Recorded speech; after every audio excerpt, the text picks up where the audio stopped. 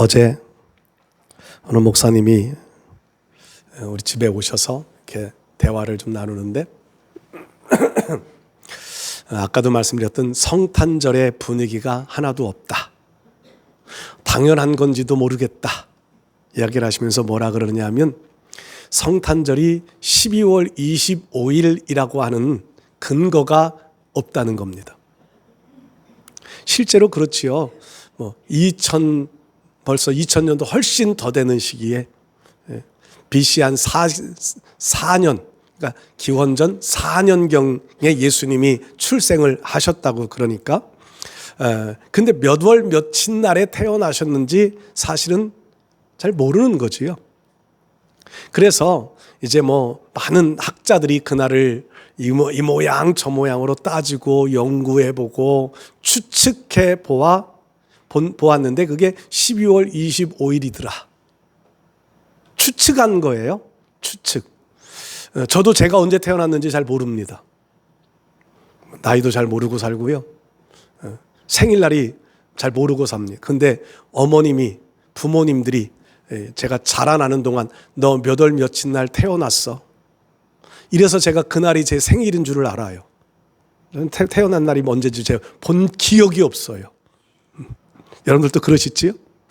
예수님 탄생하신 날을요, 예수님 탄생하셨던 날에 본 사람들, 부모님이나 천사들 혹은 그 목자들은 알겠지요?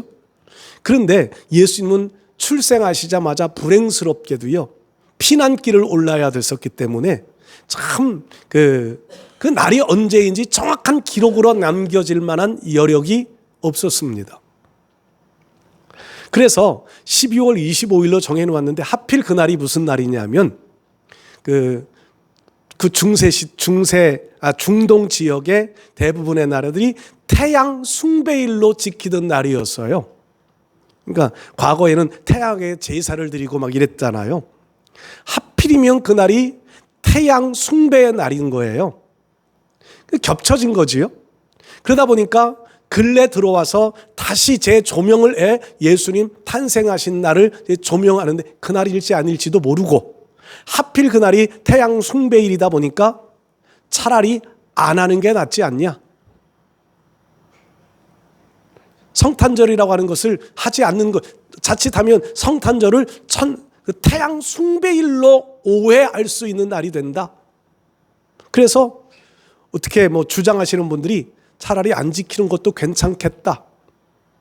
이런 주장을 펴시는 분들도 있는 게 사실이에요. 아주 오래전부터 있었던 이야기들이지요. 근데 저는요, 그렇게 생각합니다. 성탄절뿐만 아니라 부활절이든지 어떤 절기들이든지요, 안 지키는 것보다는 지키는 게 유익하다고 생각합니다. 꼭 그 날이 아닐지라도 예수님이 탄생하신 날이 12월 25일 날이 아니고 예수님이 부활하신 날이 충분히 지나고 첫 번째 만월이 지나간 첫 번째 주일, 따지는 법칙이 그래요. 꼭 그날이 아니어도 예수님이 이 땅 위에 오신 것들을 기억하는 의미가 우리에게는 더 중요하지 않겠어요? 날짜보다 더 중요한 것은 그것을 지키는 의미지요. 요즘에도 그런 거 있잖아요. 어르신들 생일을 챙겨드리는데 꼭 그날이 아니라, 그날 어떤 일이 있어요. 그럼 꼭 그날이 아니라 앞당겨서, 저도 이제 충청도 사람이라 앞당겨서로 나오네. 앞당겨서 일주일이든 가족들이 모이기 좋은 날, 그날 모여서 그날 식사하고 그날 축하 노래도 부르고 다 그렇게 하잖아요. 의미가 중요하다는 거지요. 의미가. 저는 그렇게 생각합니다. 예수님이 몇 월 며칠 날, 몇 년 몇 월 며칠 날, 몇 시에 출생하셨느냐, 그게 중요한 게 아니라 예수님이 우리를 구원하기 위하여 오셨다. 의미를 우리의 마음속에 되새기는 것이 더 중요하다 생각하고요. 예수님이 몇 월 며칠 날 죽으셨다, 부활하셨다. 그런 분도 있어요. 부활절 전 40일간을 사순절이라고 그러지요. 그리고 성탄절 전 4주간을 대강절이라고 그래요.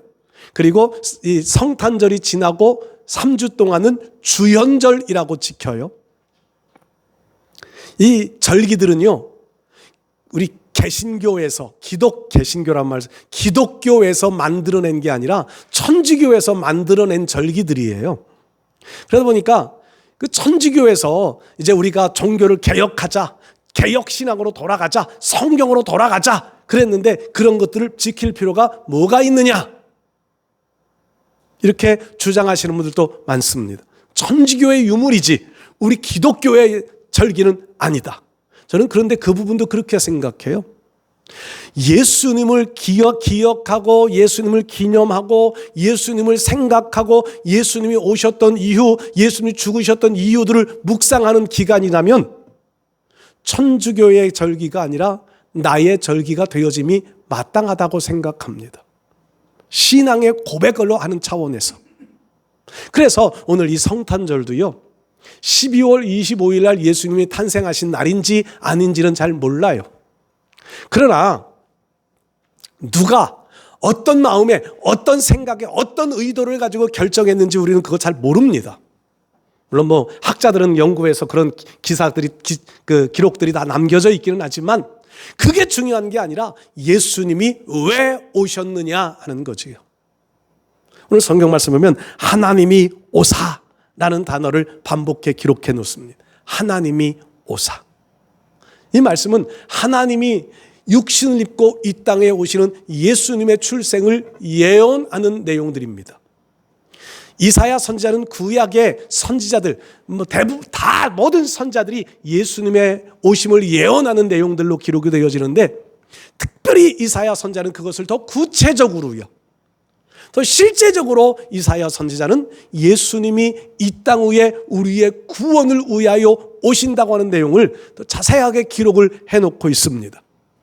근데 구약에는 이사야 선지자도 마찬가지 구약의 선지자들은요, 예수님이라고 하는 단어가 없어요.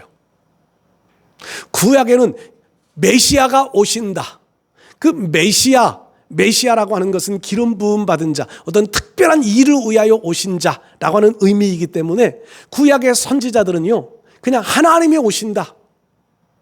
그래, 임마누엘이라, 하나님이 우리와 함께 하신다. 하나님이 오셔서 우리와 함께 하신다. 이런 의미로 예언자들은 그렇게 예언을 합니다. 예수님이 오신 거지. 하나님이 인간의 몸을 입고 인간으로 오신 겁니다. 완전한 인간의 몸으로 완전한 하나님으로 이 땅 위에 오셔서 죄인은 죄인을 구원할 수 없기 때문에 죄 없는 하나님께서 죄 없는 인간의 몸을 입고 오셔서 우리를 위하여 죽으시고 우리를 구원해 주신 거지요. 예수님이 이 땅 위에 오셨던 사건은요, 인류에게 가장 중요한 순간입니다. 그래서 여러분들도 잘 아시지요? 역사의 주전 주후를 기록하는 것이 예수님의 오심을 기준으로 해서 나누어 놓았던 거예요. 역사적으로. 근데 그 날짜, 그 연도가 정확한 연도를 알지 못했기 때문에 그 전, 주, 후, 예수님이 오시기 전, 예수님 오신 후, 뭐 영어로도 그렇게, 뭐 헬라어로도 그렇게 표현이 다 되어지거든요. 예수님의 오심은 역사에 있어서 그만큼 중요한 사건이었던 겁니다. 근데 그 예수님의 오심이 우리에게는 얼마나 더 중요한 일인가? 이사야 선지자뿐만 아니라 성경 전체에 기록되어지고 있는 예수님이 이 땅에 오신 이유, 목적, 사역을 보면 우리에게는 그것이 가장 큰 축복의 날이라고 하는 것을 우리는 생각해 볼 수 있습니다. 예수님은요, 우리의 인생의 모든 문제들을 해결해 줄 수 있는 만능 키와 같은 분, 만병통치약이라고 하는 표현도 써지만 만병통치자이신 분, 그분이 바로 예수님이신데, 예수님이 아까도 말씀드렸지만 베들레헴 어느 마구간의 말구에 오신 예수님이 아니라 그보다 더 중요한 것은요, 오늘 죄인된 나, 가장 비천하게 살고 있는 나의 내 심령에, 내 마음에 예수님이 오셔야 진정한 성탄으로 우리는 맞이할 수 있는 거지요. 예수님이 내 안에 오시면, 예수님이 내 삶 속에 들어오시면, 예수님이 내 인생 속에 들어오셔서 나에게 오시면 우리는 어떤 변화들이 나타나게 될까요? 성경 속에서 그 내용들을 몇 가지로 한번 요약해 보겠습니다. 첫 번째로요, 예수님이 이 땅 위에 오시면 인생의 모든 문제가 해결될 수 있습니다. 예수님이 이 땅 위에 오시면 우리의 정말 무거운 짐들, 어려운 문제들을 다 해결해 주십니다. 엊그저께 눈이 많이 오면서 바람이 부는데요, 참 춥고 매서운 바람이더라고요. 두툼하게 옷을 입고 눈을 이렇게 좀 치우는데요, 그럼에도 바람이요, 이런 손 이런 데를 타고 바람이 안으로 들어오니까는요, 참 차가운 바람이더라고요. 인생에 그런 풍랑, 그런 바람들이 얼마나 많이 부나요? 미국에서는 영하 54도가 넘는 날, 내려가는 날씨가 지금 되고 있어서 50몇 명이 죽었대요. 거기에 태풍, 우리나라로 말하면 태풍이 불어가지고요, 정말로 지금 어려운 시기를 지나가고 있다고 그래요. 태풍만 불어도 우리는 참 어려움을 느낍니다. 근데 바다에서 만나는 바람을 광풍이라고 그런 표현을 쓰지요, 성경에도. 바다에서 만나는 광풍, 폭풍이 막 몰아오고 파도가 몰아치고 막 그 앞이 보이지 않는 캄캄함이 임하여지고, 성경의 사도행전 27장에 만난 그 광풍, 우리 인생 속에 그런 광풍을 만나면 가야 할 방향도 잊어버리고 해야 할 일도 잊어버리고 자기의 신분 처지도 잊어버립니다. 사도행전 20장 보면 재밌는 그런 표현들이 나와요. 사도 바울이 죄수의 몸으로 지금 호송되어서 로마로 가다가 풍랑을 만나잖아요. 아무도 사도 바울이 하는 말에 귀를 기울이지 않아요. 아무도. 이 풍랑을 이번에 항해를 하면 큰 어려움을 만날 것이다, 아무도 관심 두지 않아요. 근데 실제로 풍랑을 만나고 죽을 고비를 넘겨 14일, 2주 동안을 정말 그 풍랑과 싸웁니다. 그러다가 이제 배가 파손되어지고 이러니까 군인들이 이제 어떤 육지의 섬인데 육지에 오르려고 그러면서 죄수들을 다 죽이려고 그러지요. 죄수들을 다 죽여. 왜냐하면 죄수를 놓치면 그 책임을 자기들이 져야 될지 모르니까 죄수들을 다 죽이려고 그래. 그때 백부장이요, 바울의 말에 귀를 기울이지도 않던 백부장이 죽이지 못하게 막아요. 왜냐하면 사도 바울을 지키기 위하여서. 바울이 평범한 사람이 아닌 것처럼 느껴진 거지요. 여러분, 우리 인생 속에 풍랑을 만나고 우리 인생 속에 죽음의 고비를 만나는 순간 저도 그렇고 여러분들도 그렇고 누구에게나 그런 일들을 찾아옵니다. 그때 예수님이 우리의 안에 살아 계시면 주님은 우리 인생의 모든 문제들을 다 해결해 주실 줄 믿습니다. 갈릴리 바다에 평생 어부 생활하며 뼈가 굵었던 제자들, 예수님께서 배를 타고 먼저 건너가라, 예수님이 말씀하셔서 노를 저어 갈릴리 바다를 건너가는 중간쯤 이르렀을 때, 가에 처음부터 풍랑이 만났으면 떠나지 않았을 텐데, 거의 다 가서 풍랑을 만났으면 빨리 갈 텐데, 성경의 말씀 보면은요, 하필이면 중간 부분에 이르렀을 때 풍랑이 일어납니다. 헤쳐가 보려고 아무리 노력을 해도 해결할 수가 없습니다.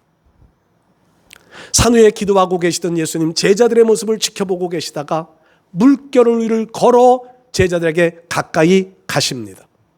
그리고 내니 두려워하지 말라. 예수님 배에 오르니까 풍랑이 잔잔해집니다. 또 한 번은 예수님 같이 제자들과 배를 타고 그 갈릴리 바다를 또 지나갑니다. 피곤하셔서인지 예수님 주무십니다. 그 풍랑을 만납니다. 제자들이 그 풍랑을 해결해 보려고 노력을 다 합니다. 물은 계속 배에 넘쳐 들어옵니다. 물을 퍼내면서 주무시고 계신 예수님을 깨워가면서, 예수님 이 상황에도 잠이 오십니까? 아마 그랬을 거예요. 성경에는 그렇게 기록되어 있지 않지만 예수님이 일어나시더니 믿음이 없는 자라고 책망하시면서 바람과 바다를 꾸짖어 잠잠하게 하셨다고 말씀합니다. 바람이 멈추고 풍랑도 잔잔하게 되었다고 말씀하시지요. 예수님이 우리 안에 계시면, 예수님이 우리를 지켜보고 계시면 우리의 인생의 모든 문제들을 주님은 다 해결해 주실 수 있는 능력을 가지고 계신 주님이십니다.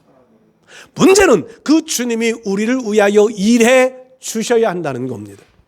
갈릴리 바다에서 풍랑을 만났던 사람들이 제자들만 만났을까요? 이전에도 이후에도 수많은 사람들이 풍랑을 만났을 겁니다. 그런데 예수님께서는요, 모든 이들의 풍랑을 잔잔하게 해결해 주시지는 않았습니다. 예수님의 관심이 있을 때, 예수님의 시선이 머물러 있을 때 풍랑을 잔잔하게 해 주십니다. 우리의 삶의 인생 속에 만나는 문제도 마찬가지요. 언제나 예수님이 다 해결해 주시는 것은 아닙니다. 예수님의 시선이 나에게 머물러 있을 때, 내 안에 예수님께서 살아 계실 때, 그때 인생의 문제를 해결해 주시는 겁니다. 여러분, 어려움의 문제를 만날 때 예수님이 일하실 수 있는 환경을 만들어 놓으십시오. 바꾸고 말하면 예수님 내 안에 살아계신지를 늘 점검하며 살아가야 합니다. 예수님 나에게 관심을 가지고 계신지를 늘 점검하며 살아가야 되는 거예요. 믿음으로 살아가야 되는 겁니다. 예수님 내 안에 계시면, 예수님 나에게 관심만 가지고 계시면 우리 인생에 어떤 문제를 만나든지 주님은 깨끗하게 해결해 주실 줄 믿습니다. 주님은 우리의 믿음을 보고 일하시잖아요. 내 믿음이 너를 구원하였다. 믿음을 보고 일하시거든요. 여러분들, 예수님을 믿는 믿음을 날마다 점검하며 날마다 더 좋아지는 믿음, 날마다 더 하나님 보시기에 기뻐하실 만한 믿음을 소유하셔 인생 속에 만나는 어떤 문제든지 우리 주님, 우리 안에 오셔서 우리 안에 계신 그 주님으로부터 다 해결 받으실 수 있는 축복의 성탄의 출발이 되실 수 있기를 바랍니다. 두 번째로요, 예수님이 우리에게 오시면, 마구간이 아닌 내 심령 속에 오시면 예수는 우리의 삶의 구원의 문제를, 구원을 완성해 주십니다. 구원. 사람은 살아가는데 여러 가지 필요한 것들이 많습니다. 물질도 필요하고요, 건강도 필요하고요, 지식도 필요하고요, 어떤 기술도 필요하고요. 참 많은 것들이 필요합니다. 근데 문제는요, 그 많은 것들이 필요한 그 모든 것들을 다 갖추고 다 가지고 있다 할지라도 해결할 수 없는 문제 한 가지가 있습니다. 죽음의 문제입니다. 사람은 죽음의 문제를 해결할 수가 없습니다. 아무리 위대한 철학가도 과학자도 스승도 죽음의 문제를 해결한 사람은 없습니다. 종교를 창시한 창시자들도 죽음의 문제는 해결한 사람이 없습니다. 근데 우리 예수님께서는요, 이 죽음의 문제를 해결하셨습니다. 죽음의 문제와 더불어 죄의 문제를 해결해 주셨습니다. 세상에 어떤 사람도 죄의 문제를 해결해 주지 못합니다. 죄인은 죄를 해결해 줄 수 없습니다. 자기도 죄인이니까 완전한 해결을 해줄 수 없는 거예요. 내가 너 용서할게. 그래도 여전히 죄는 남아있는 거지요. 그런데 우리 예수님은 이 땅 위에 오셔서 우리의 이 모든 죄를 용서하시고 죽음의 문제를 해결하셨습니다. 죽음이라고 하는 것은요, 성경에 보면 세 가지의 죽음이 있는데, 하나의 죽음은 우리의 육체의 죽음, 우리의 육과 영이 분리되어지는 죽음을 육체의 죽음이라고 그래요. 두 번째 죽음은요, 하나님과 우리 사이의 관계가 끊어져 있는 영적인 죽음입니다. 사람은 태어날 땐 영적인 죽음으로, 영적으로 죽어 있는 상태로 육체만 가지고 태어나는 거예요. 세 번째 죽음이 있는데요, 영원한 죽음이 있습니다. 하나님과의 관계를 회복하지 못한 상태로 죽으면 영원한 죽음, 그 죽음은 지옥이지요. 지옥의 고통, 지옥의 형벌이 얼마나 무겁고 얼마나 무서운지 죽음보다도 못하다는 겁니다. 그래서 죽음이라는 표현으로 사용해요. 예수님께서 해결해 주신 죽음은, 해결해 주신 이 죽음의 문제는 어떤 죽음의 문제일까요? 세 가지 모두입니다. 모두. 육신은요, 성경에 선언하신 말씀처럼 하나님이 에덴 동산에서 선악과를 따먹으면 정령 죽으리라. 하나님이 한번 선언하신 것은요, 취소가 안 돼요.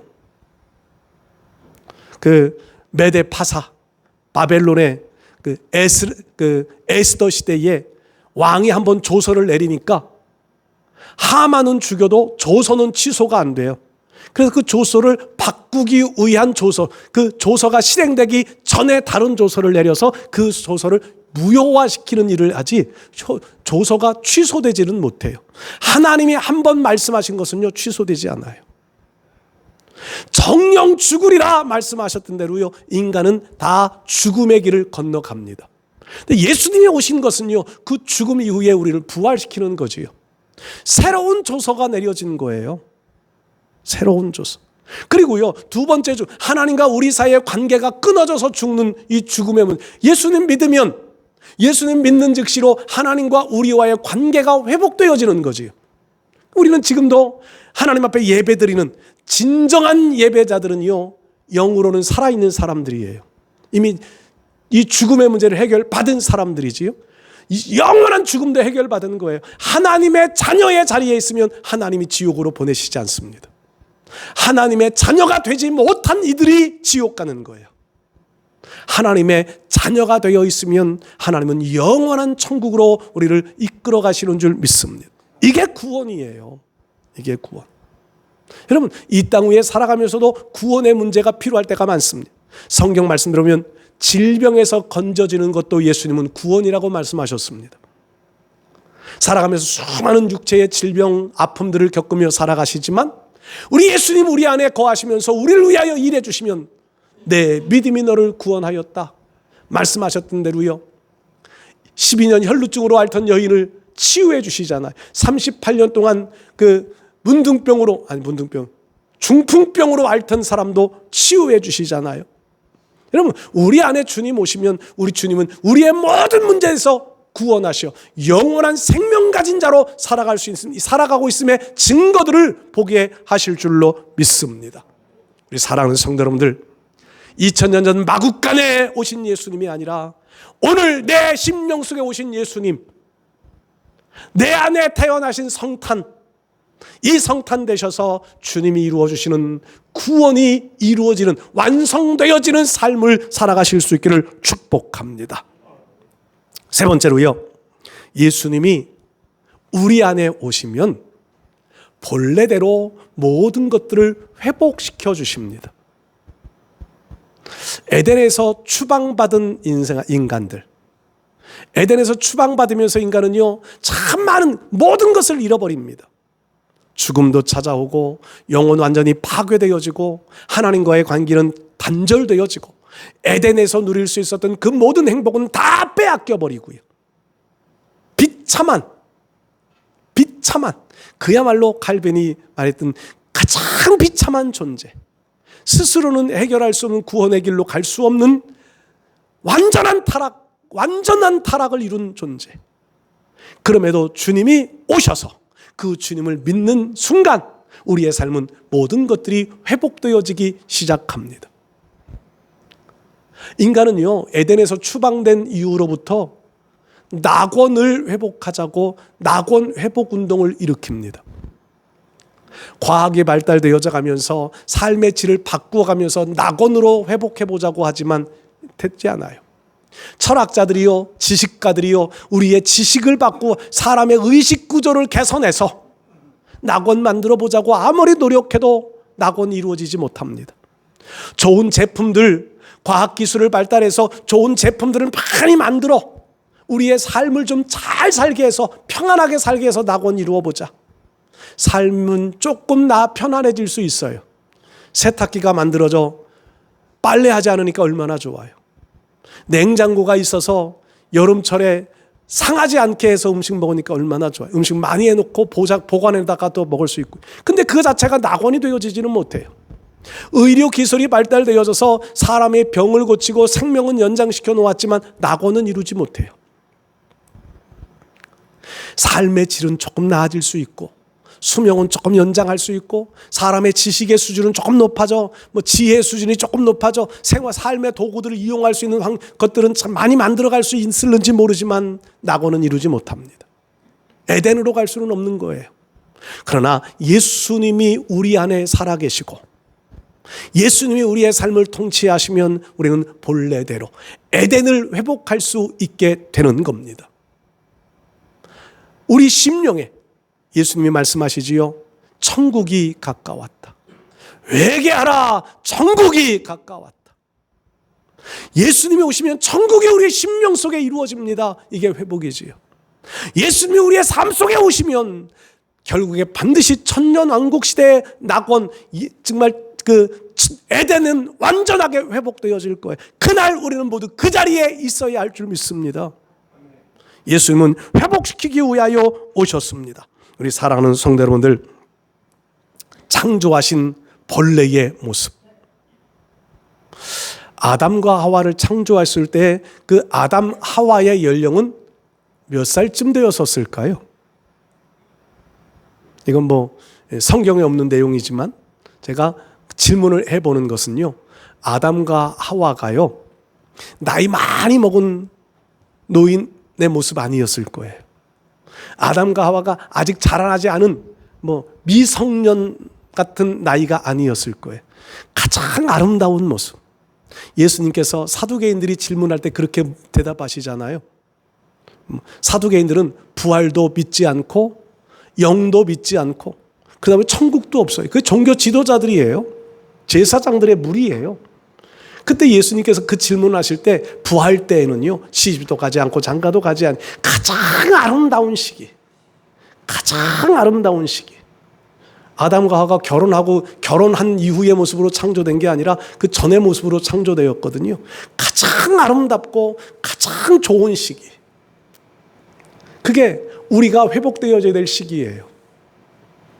연세 많이 드신 분들, 몸이 불편하신 분들 염려할 필요. 주님은요 병든 모습으로 우리를 창조하지 않으셨거든요. 가장 건강한 모습으로 창조하셨는데 그 모습으로 우리를 회복시켜 가실 겁니다. 활동이 제약이 되고 기억력도 걱정하실 거 없어요. 주님이 본래로 회복하실 때가 되면 가장 아름다운 시기로 우리를 회복시켜 놓으실 줄 믿습니다. 주님이 내 안에 살아계시느냐 살아계시지 않느냐. 마구간에 탄생하신 예수님이 아니라 내 심령, 내 영혼 속에 오신 예수님이 되셔야만 이런 회복도 이루어질 수 있는 겁니다. 오늘 성탄절을 보내면서 2000년 전에 오신 예수님이 아니라 지금 오늘 이 시간 내 안에 오신 예수님으로 맞이하실 수 있기를 축복합니다. 마구간에 오신 예수님이 아니라 죄악된 심령일지라도 더러운 심령일지라도 내 심령 속에 오시는 예수님으로 영접하시기를 바랍니다. 그 예수님이 오시면 깨끗하게 해주실 거예요. 온전하게 만들어 주실 겁니다. 본래대로 회복시켜 주실 겁니다. 구원의 은혜를 베풀어 주실 줄로 믿습니다. 오늘 우리가 이 은혜를 누리며 살아갈 수 있는, 주님이 오셔서 이런 축복을 누리며 살아갈 수 있는 우리 모두 되실 수 있기를 주의 이름으로 축복합니다.